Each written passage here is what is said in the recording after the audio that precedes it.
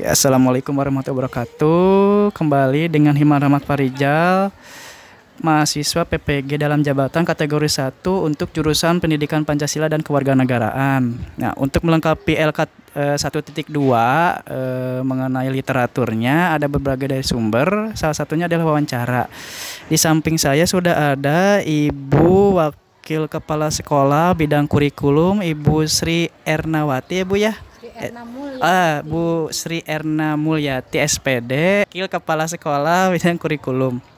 Ibu, ada beberapa pertanyaan yang akan saya tanyakan kepada Ibu. Yang pertama, apa kira-kira Bu, faktor apa yang menyebabkan rendahnya motivasi peserta didik di sekolah ini menurut Ibu? Baik, untuk pertanyaan yang pertama tentang faktor penyebab motivasi belajar di SMA Negeri 1 Ranca Ekek yang menurun. Yang pertama mungkin dari pribadi siswanya sendiri, karena sisa-sisa pandemi itu masih terbawa. Jadi sekarang walaupun pembelajaran sudah kembali aktif normal, tapi sisa-sisa 2 tahun yang lalu masih terbawa, sehingga motivasinya menganggapnya belum maksimal. Motivasinya jadi motivasi golongan rebahan. Ya. Yang kedua, karena sisa pandemi itu baik siswa maupun guru masih adaptasi kembali ke arah semangat-semangat yang sudah seharusnya kita tingkatkan bersama. Jadi motivasi dari siswa dan gaya pembelajaran dari pengajar mungkin itu saling berkaitan, sehingga hasilnya mengapa motivasi belajar itu menurun.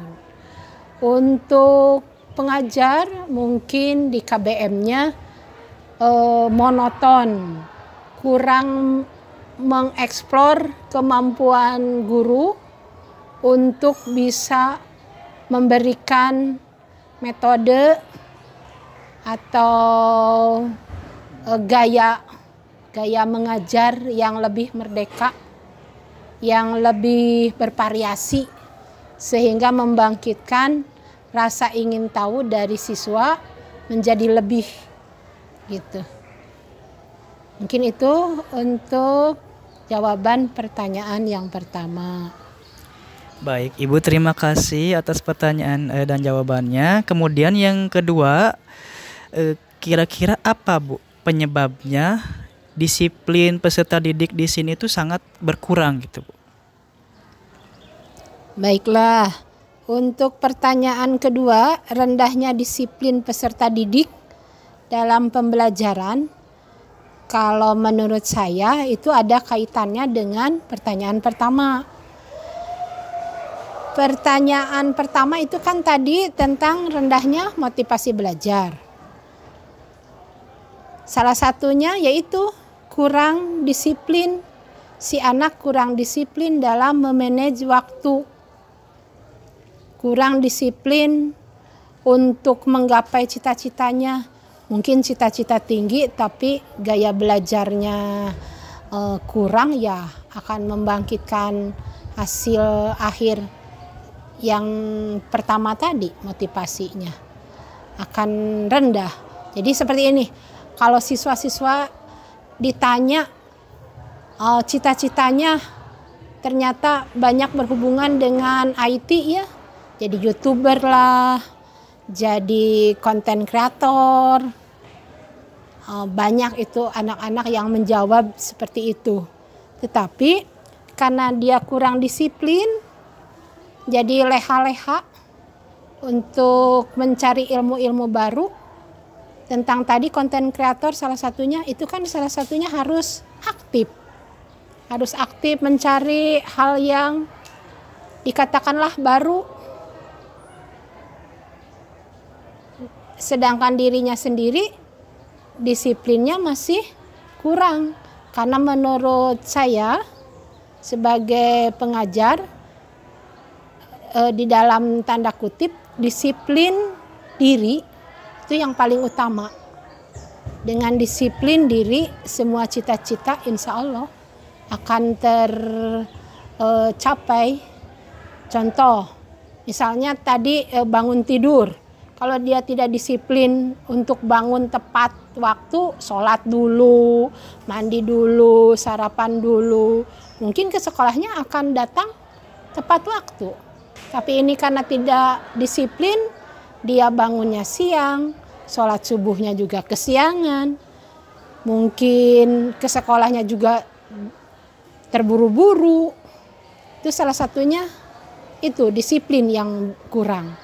Yang kedua, dari rumah ke sekolah dia lewat jalan raya, karena tidak disiplin dia tidak menghargai pengendara lain karena ingin buru-buru sampai di sekolah.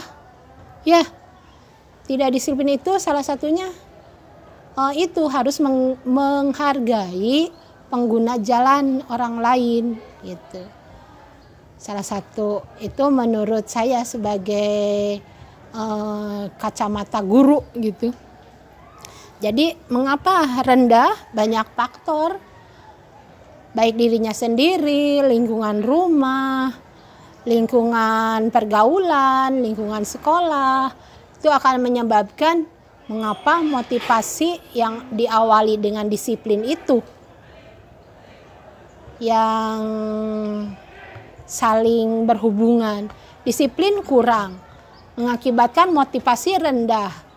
Jadi keinginan atau cita-citanya mungkin kurang dapat digapai dengan maksimal.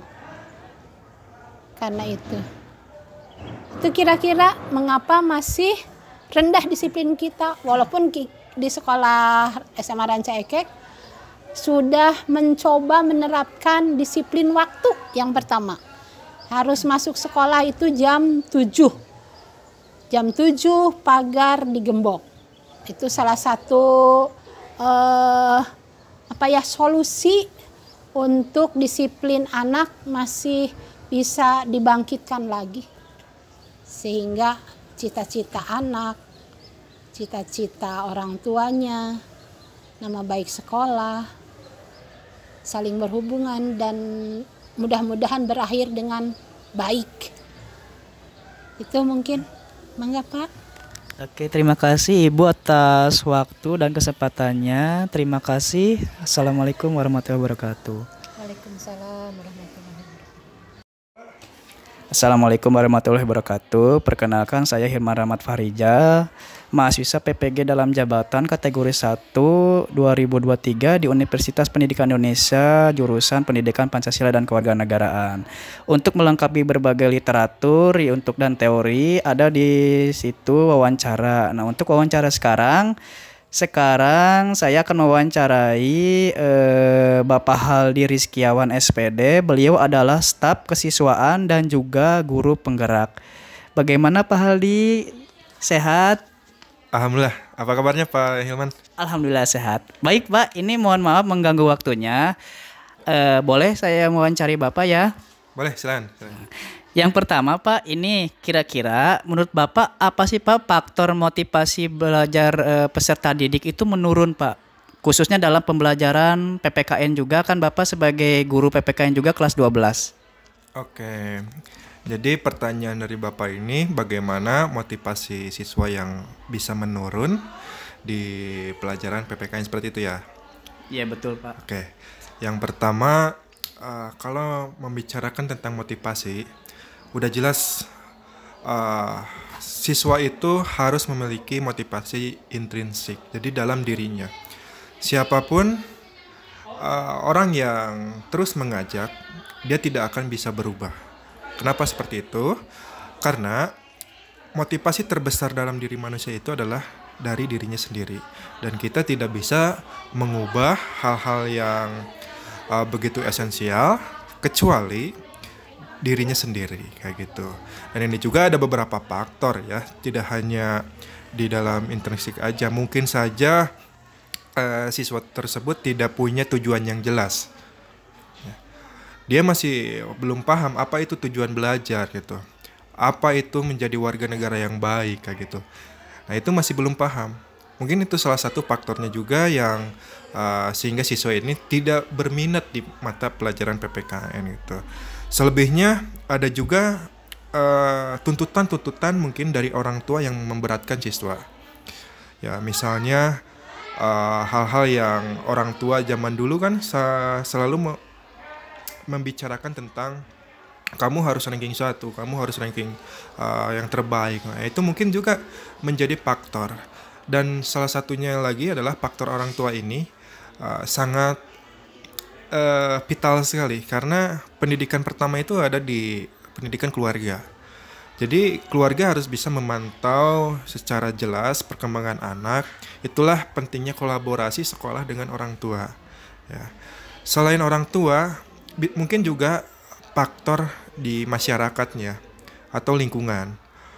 Jika lingkungannya berada di tempat yang membuat anak tersebut bisa malas, ya itu akan berdampak kepada jiwa sosialnya juga, gitu. Dan lagi-lagi untuk mengembangkan motivasi ini harus seluruh stakeholder harus terlibat, termasuk aset-aset yang dimiliki oleh sekolah atau di sekitar sekolah seperti yang memberi kepentingan kebijakan, seperti misalnya puskesmas. Kita bisa berkolaborasi dengan puskesmas, contohnya tentang menganalisis kejiwaannya, apakah dia bermasalah apa tidak, dan nanti kolaborasi dengan BK seperti itu. Baik Pak Aldi, terima kasih atas jawabannya. Kemudian pertanyaan yang kedua Pak, kenapa gitu anak-anak itu cenderung kedisiplinnya itu berkurang khususnya dalam pembelajaran gitu? Seperti yang tadi saya sebutkan, yaitu yang pertama itu adalah motivasi intrinsiknya. Jika di dalam dirinya seperti itu, mungkin itu tidak akan berkembang. Dan ada lagi di faktor eksternalnya, yang tadi juga sudah disebutkan. Di faktor eksternalnya yaitu ada orang tua, ada lingkungan masyarakat, dan lagi mungkin kebijakan-kebijakan yang ada di sekolah tersebut tidak membuat siswa ini bahagia untuk bisa belajar. Kenapa? Karena pentingnya membuat suatu kebijakan untuk sekolah itu demi apa? Demi keterlibatan peserta didik. Peserta didik harus dilibatkan dalam segala aspek. Inginnya seperti apa, belajarnya itu seperti apa, nah itu. Makanya kebijakan ini penting sekali untuk menumbuhkan motivasi belajar. Termasuk salah satu guru. Gurunya juga harus bisa membuat suasana yang menyenangkan, yang mengerti keinginan anaknya. Nah, untuk itu atau seorang guru itu harus bisa menilai anak itu melalui asesmen. Ada yang namanya asesmen non kognitif dan ada asesmen kognitif. Seperti itu. Nah, dipilah-pilah, jadi jangan disamaratakan dong, kayak gitu ya. Nah, itulah pentingnya seorang guru untuk menumbuhkan motivasi intrinsik. Jadi kita harus menjadi guru yang menyenangkan juga. Karena tidak punya tujuan yang jelas itu, dia tidak punya arah gitu. Tidak punya rasa disiplin gitu ya. Kenapa anak-anak bisa kesiangan gitu ya? Dia tidak semalamnya sebelum tidur itu tidak bisa menyiapkan untuk pelajarannya, kurang motivasi. Nah, itu faktor disiplin juga kayak gitu ya. Baik, yang tadi kan sudah dibahas juga tentang motivasi intrinsik itu kan yang ada di dalam diri. Kalau itu sudah tumbuh dalam diri si anak, otomatis hal-hal yang berkaitan dengan kedisiplinan itu akan nampak. Peraturan sekolah akan diikuti, peraturan keluarga akan diikuti, peraturan masyarakat akan diikuti, yaitu motivasi dalam dirinya. Baik, terima kasih Pak Aldi atas waktu dan wawancaranya. Saya ucapkan terima kasih. Assalamualaikum warahmatullahi wabarakatuh. Waalaikumsalam warahmatullahi wabarakatuh. Semangat! Baik, kembali dengan saya mahasiswa PPG dalam jabatan kategori 1 Hilman Rahmat Parija. Selanjutnya kita akan mencoba mewawancarai Ibu Koordinator Bimbingan Konseling dari SMA Negeri 1 Ranca Ekek, yaitu Ibu Yuli Rosdianti ya Bu ya, SPD.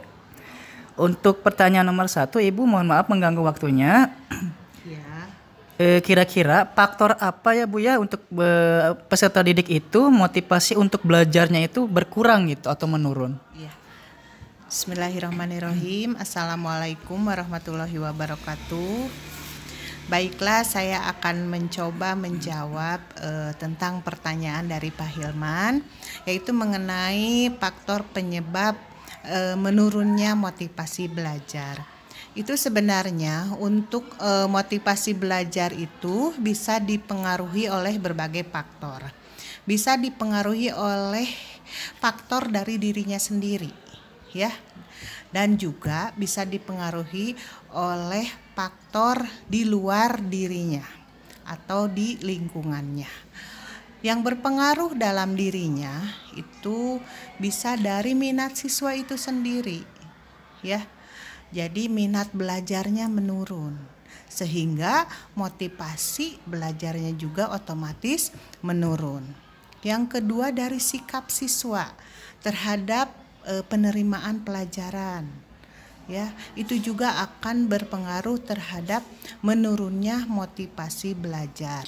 Nah, selain itu mungkin kondisi jasmaninya juga, ya. Jadi di sini sangat penting sekali bahwa kesehatan dari siswa tersebut itu sangat berpengaruh terhadap meningkatnya motivasi belajar. Kan kalau kondisinya sakit mah mungkin ya bagaimana mau atau ada keinginan untuk belajar gitu dah.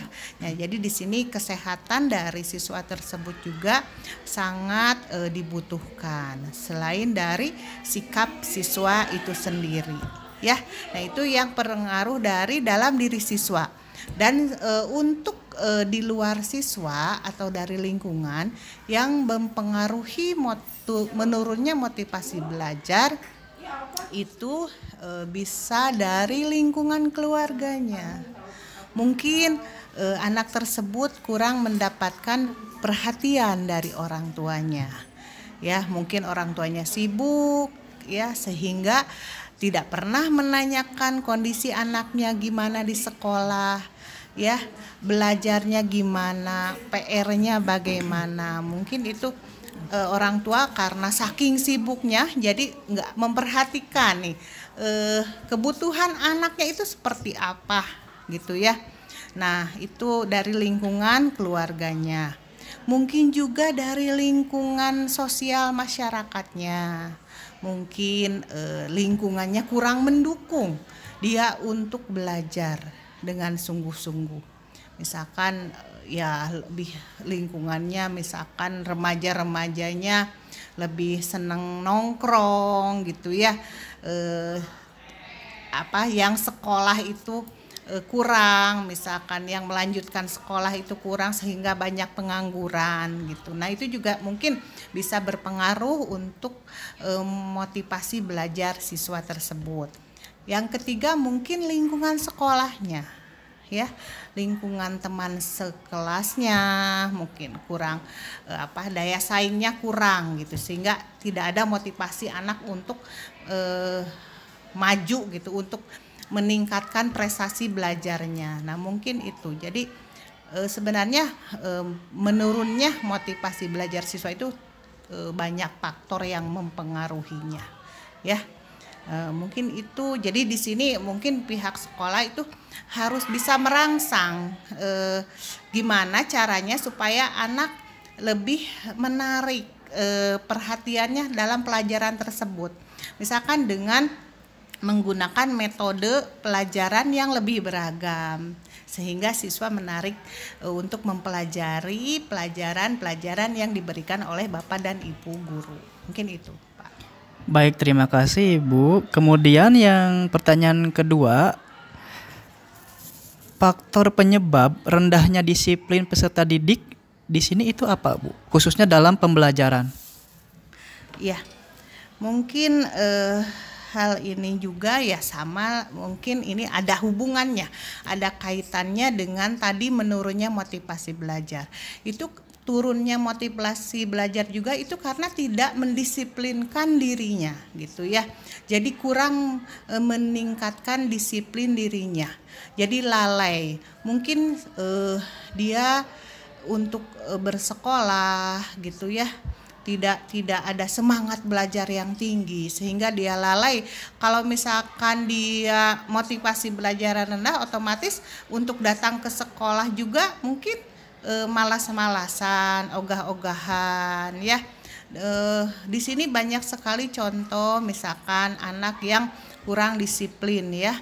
Misalkan dalam hal masuk sekolah atau datang ke sekolah yang seharusnya kan anak itu masuk tuh kita jam 7 teng tuh udah belajar ya. Nah sebenarnya harusnya anak itu harus datang jam 6.45 itu sudah ada di sekolah ya, mengikuti pengajian di awal kan suka ada Asmaul Husna, pengaji awal pembelajaran. Nah itu kan ada kegiatan-kegiatan yang harus dilalui oleh anak sebelum mengikuti pembelajaran. Nah, kalau anak yang tidak disiplin kan banyak yang terlambat nih. Otomatis pembelajaran yang awal jam pelajaran itu pasti terganggu, KBM terganggu. Nah, itu bisa dari ya sama saja faktor dari diri sendiri. Ya bisa juga dipengaruhi oleh orang lain faktor kedisiplinan itu ya. Misalkan dari diri sendiri itu yaitu rasa malas gitu ya, lalai. Terus kalau dari lingkungannya mungkin saja kadang terbawa oleh temannya. Misalkan sebelum pergi sekolah diajak dulu nongkrong di warung-warung ya sambil ngobrol-ngobrol atau sambil ada juga anak yang merokok dulu lah gitu. Nah itu ya berarti kan kedisiplinannya tidak ada kedisiplinan dalam dirinya gitu ya, yang lalai-lalai itu. Ya mungkin juga tadi ada pengaruh juga dari orang tua, mungkin orang tuanya kurang menerapkan disiplin di dalam rumahnya. Jadi kadang ada orang tua yang karena mungkin sibuk ya seperti tadi ya acuh-acuh terhadap anak, masa bodoh anak mau sekolah jam berapa tidak diingatkan, anak misalkan harusnya pergi jam 6.30 dari rumah, ini misalkan jam 7 kurang 5 masih ada di rumah, orang tuanya tidak mempedulikan berangkatnya anak gitu ke sekolah. Nah itu ya berbagai faktor juga sih. Kedisiplinan itu yang utama sih untuk menerapkan kedisiplinan itu ya yang utama sih dari dorongan dari diri sendiri untuk bisa mendisiplinkan diri. Ya mungkin juga di sini lingkungan juga harus berpengaruh terhadap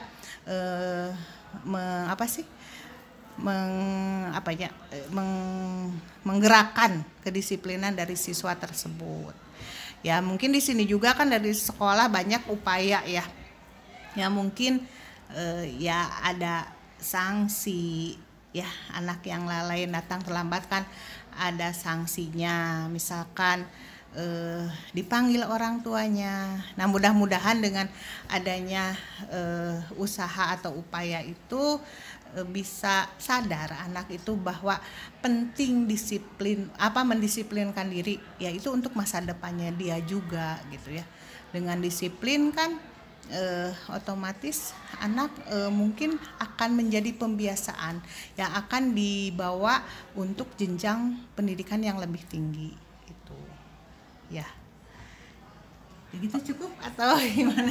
Oke, baik Ibu, cukup sudah. Mantap sekali Ibu. Terima kasih Ibu atas waktunya. Assalamualaikum warahmatullahi wabarakatuh. Iya, waalaikumsalam. Mohon maaf kalau masih banyak kekurangannya ya. Ya, itu aja dari Ibu. Terima kasih. Wassalamualaikum warahmatullahi wabarakatuh. Waalaikumsalam warahmatullahi wabarakatuh. Assalamualaikum warahmatullahi wabarakatuh. Perkenalkan, saya bernama Hilman Rahmat Fahrijal. Saya adalah mahasiswa PPG dalam jabatan kategori 1 di Universitas Pendidikan Indonesia, jurusan Pendidikan Pancasila dan Kewarganegaraan. Untuk memenuhi salah satu tugas dari LK 1.2, maka dibutuhkan yang namanya literatur dari berbagai sumber. Salah satu sumbernya yaitu wawancara. Kebetulan di samping saya adalah ada guru PPKN kelas 10 yaitu yang bernama Pak Sonson Soni Aji SPD. Bagaimana Bapak kabarnya? Alhamdulillah baik. Oke, baik ya Pak ya. Mohon maaf mengganggu waktunya. Izinkan Pak, saya ingin mewawancarai Bapak. Yang pertama itu tentang apa sih Pak sebenarnya faktor penyebab kurangnya motivasi belajar siswa itu pada mata pelajaran PPKN menurut Bapak? Ya baik. Sebetulnya kita harus mengetahui dulu bahwa belajar itu merupakan suatu proses yang dilakukan secara kontinu atau terus-menerus. Sehingga kegiatan pembelajaran itu sangat penting dilakukan dan harus diperhatikan dengan baik untuk memastikan siswa bisa memahami dan menerima materi pelajaran dengan optimal. Namun pada kenyataannya seringkali terjadi hambatan atau permasalahan dalam kegiatan belajar yang membuat siswa sulit mencapai hasil belajar dengan maksimal. Untuk mengatasi hambatan dan permasalahan pada kegiatan belajar, maka diperlukan kegiatan belajar yang memihak siswa. Dalam hal ini, khususnya guru PPKN, itu juga berperan penting untuk mengatasi hambatan belajar.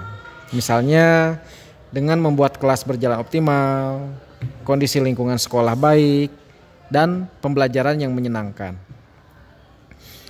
Keadaan lingkungan siswa akan sangat menjadi pengaruh dalam kegiatan belajar. Kalau lingkungan belajar seorang siswa dirasa tidak nyaman, pasti akan menjadi hambatan dalam belajar. Oleh karena itu, lingkungan belajar harus dibuat sekondusif mungkin supaya belajar lebih optimal. Dengan berada di lingkungan yang kondusif, akan sangat bisa membantu siswa memahami dan mempelajari materi pelajaran. Namun, jika semua hal tersebut sudah dilakukan dengan baik, dan siswa masih terhambat dalam KBM, mungkin permasalahannya ada dalam diri siswa.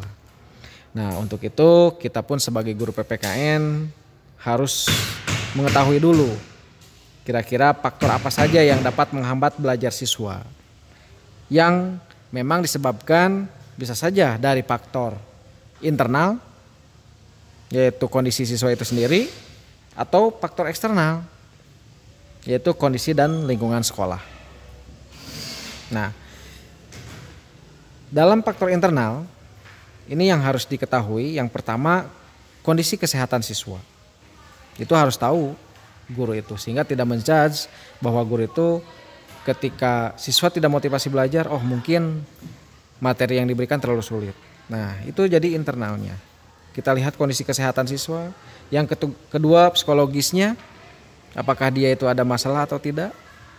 Yang ketiga, itu apakah merasa jenuh dengan materi pembelajaran yang harus dia pelajari. Yang keempat, intelektualitas atau kecerdasan. Yang kelima, minat belajar. Keenam, sikap atau perilaku siswa itu sendiri. Dan yang ketujuh, itu kesiapan belajar siswa. Nah, itu dari faktor internal. Nah, sekarang antisipasi bagaimana supaya kita bisa mengetahui ini atau nanti bisa menyiapkan solusinya terhadap faktor tadi, apalagi yang menyangkut dengan faktor eksternal, yaitu kondisi dan lingkungan sekolah. Nah, yang pertama, ketika dalam proses pembelajaran itu bisa diberikan model-model pembelajaran yang menyenangkan. Dan yang kedua, diciptakan lingkungan di kelas yang nyaman, yang interaktif. Nah, sehingga siswa pun dalam menerima materi di kelas itu bisa lebih aktif dalam belajar. Itu saja mungkin, Pak. Oke, baik Pak Sonson, terima kasih atas argumentasinya dan paparannya. Kemudian yang kedua yaitu kenapa peserta didik itu disiplinnya itu rendah ketika dalam pembelajaran PPKN menurut Bapak? Bagaimana Pak? Faktornya itu apa? Baik, sebelum dibahas tentang kurangnya disiplin siswa dalam pembelajaran PKN, kita harus tahu dulu tentang apa itu disiplin. Nah, jadi disiplin itu merupakan kesadaran diri yang muncul dari batin terdalam untuk mengikuti dan mentaati peraturan-peraturan, nilai-nilai, dan hukum yang berlaku dalam satu lingkungan tertentu. Jadi, orang yang disiplin itu akan selalu membuka diri untuk mempelajari banyak hal. Dan sebaliknya, orang yang terbuka untuk belajar selalu membuka diri untuk belajar berdisiplin dan mendisiplinkan dirinya. Dengan demikian, disiplin bukan lagi suatu paksaan atau tekanan dari luar. Nah, juga harus diketahui ada beberapa faktor yang bisa mempengaruhi kedisiplinan siswa. Tentunya di sini juga ditentukan oleh dua faktor internal dan eksternal. Apa saja itu faktor internal? Nah, internal ini disebabkan oleh yang pertama rasa malas siswa itu sendiri. Tuh. Jadi dengan malas ini sangat besar pengaruhnya terhadap kedisiplinan anak. Nah, jadi siswa yang malas belajar dan mengerjakan sekolah yang menyebabkan nilainya rendah, malas juga menyebabkan minimnya pengetahuan serta pentingnya pendidikan dan cenderung dapat menjadikannya anak nakal. Nah, selain itu ada kebiasaan bangun kesiangan.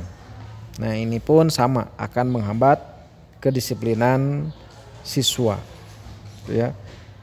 Bermain handphone dan menonton televisi hingga larut malam itu membuat anak tidak dapat bangun pagi karena dengan kualitas tidur yang kurang baik menyebabkan rasa lelah dan mengantuk pada siang hari. Yang kedua, faktor eksternal.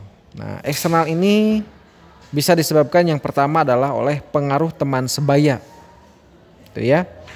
Karena lingkungan sosial yang pertama itu adalah teman sebaya, di mana anak belajar hidup bersama dengan orang lain. Yang kedua adalah kesibukan orang tua.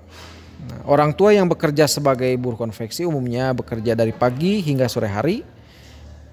Nah, itu pun bisa menyebabkan banyaknya waktu berkumpul guna mencurahkan kasih sayang dan perhatian, sekaligus penanaman disiplin oleh orang tua kepada anak, itu menjadi berkurang. Tuh, ya. Jadi menurut saya faktor tadilah yang menyebabkan kenapa siswa itu bisa tidak disiplin dalam proses pembelajaran. Nah, khususnya juga pembelajaran PPKN. Baik Bapak, terima kasih atas waktunya. Semoga sehat selalu. Akhirul kalam, terima kasih. Assalamualaikum warahmatullahi wabarakatuh. Waalaikumsalam warahmatullahi wabarakatuh. Oke, kita kembali ke wawancara. Sekarang perwakilan dari kelas 11 IPS 1 yang bernama Anissa Maharani. Bagaimana Anissa kabarnya? Sehat? Alhamdulillah Pak, baik. Oke, Bapak ingin bertanya kepada Anissa. Kira-kira Anissa di dalam pembelajaran PPKN nih, anak-anak itu kenapa kurang termotivasi? Mungkin ada beberapa faktor ya Pak. Yang pertama adalah mekanisme gurunya yang terlalu monoton, cara mengajarnya yang terlalu monoton. Mungkin karena ada juga beberapa guru yang cara ngajarnya tuh enjoy tapi terlalu monoton gitu. Jadi ke kitanya juga kayak jenuh. Nah, itu yang pertama. Yang kedua adalah terlalu banyak tekanan dari gurunya. Misal kita harus wajib menghafal ini, deadline-nya juga sedikit gitu. Tapi emang ada beberapa keringanan, misalkan deadline-nya lebih gitu ditambahin, atau minggu depan ya anak-anak, atau beberapa hari ke depan ya anak-anak, kayak nulis juga harus nanti ya ini harus cepat. Tapi ya kembali lagi ke anak, karena setiap anak kan potensinya beda-beda. kayak tadi juga Anissa bilang analogi sebuah negara pasti beda gitu. Nah kayak gitu. Terus yang ketiga adalah kalau dari Anissa mah untuk tulis menulis kan itu Bapak ada pakai tegak bersambung. Kalau dari Anissa pribadi mah sih is okay ya, nggak terlalu keberatan. Tapi kebanyakan orang tuh kayak ngeluh gini kan Pak gini. Misalnya kayak gini, ih meni capek terlalu ini gitu loh tegak bersambung. Jadi ekstra kita untuk menulis tuh 2 kali lebih banyak gitu. Usahanya harus ikhtiarnya tuh lebih kayak gitu Pak. Jadi kesimpulan dari Anissa mah dari cara mengajar juga kan udah mungkin anak-anak banyak yang jenuh karena terlalu monoton ke materi. Itu yang pertama. Yang kedua adanya sebuah tekanan gitu. Entah itu tekanan dari bapaknya atau dari kitanya yang terlalu membebani terhadap omongan bapaknya gitu. Itu yang kedua. Dan terakhir atau yang ketiga adalah ketika tulis menulis aja sih Pak. Udah itu. Baik Anissa, terima kasih. Terus yang kedua adalah menurut Anissa nih, kenapa anak-anak itu disiplinnya kurang gitu dalam pembelajaran PPKN? Kalau dari Anissa Maya kita melihat realita aja, banyak banget karena kedisiplinan itu susah kita bentuk. Otomatis gak semua pelajar bisa memahami tentang arti kedisiplinan yang sebenarnya itu seperti apa. Nah contohnya aja misalkan dalam pelajaran Bapak, terus ada seorang murid yang telat karena entah itu ke kantin kah atau misalkan ke toilet kah, otomatis Bapak nanya dong baru kemana atau dari mana, terus dijawab dari kantin atau dari toilet. Nah Bapak kan sering toleransi ini, oh ya udah nggak apa-apa cepet absen gini, misalkan Bapak lagi absen nih, misalkan nama Anissa kemana, kantin Pak, oh ya udah berarti Bapak masuknya ke hadir kan. Tapi kalau menurut Anissa mah jangan terlalu sering toleransi, cukup 2-3 kali karena biar ada efek jerak gitu. Karena kebanyakan siswi, pelajar khususnya, ya itu kenapa nggak disiplin karena ada beberapa guru, pengajar ataupun pihak lainnya yang terlalu banyak memberi toleransi gitu. Paling kayak gitu aja sih Pak.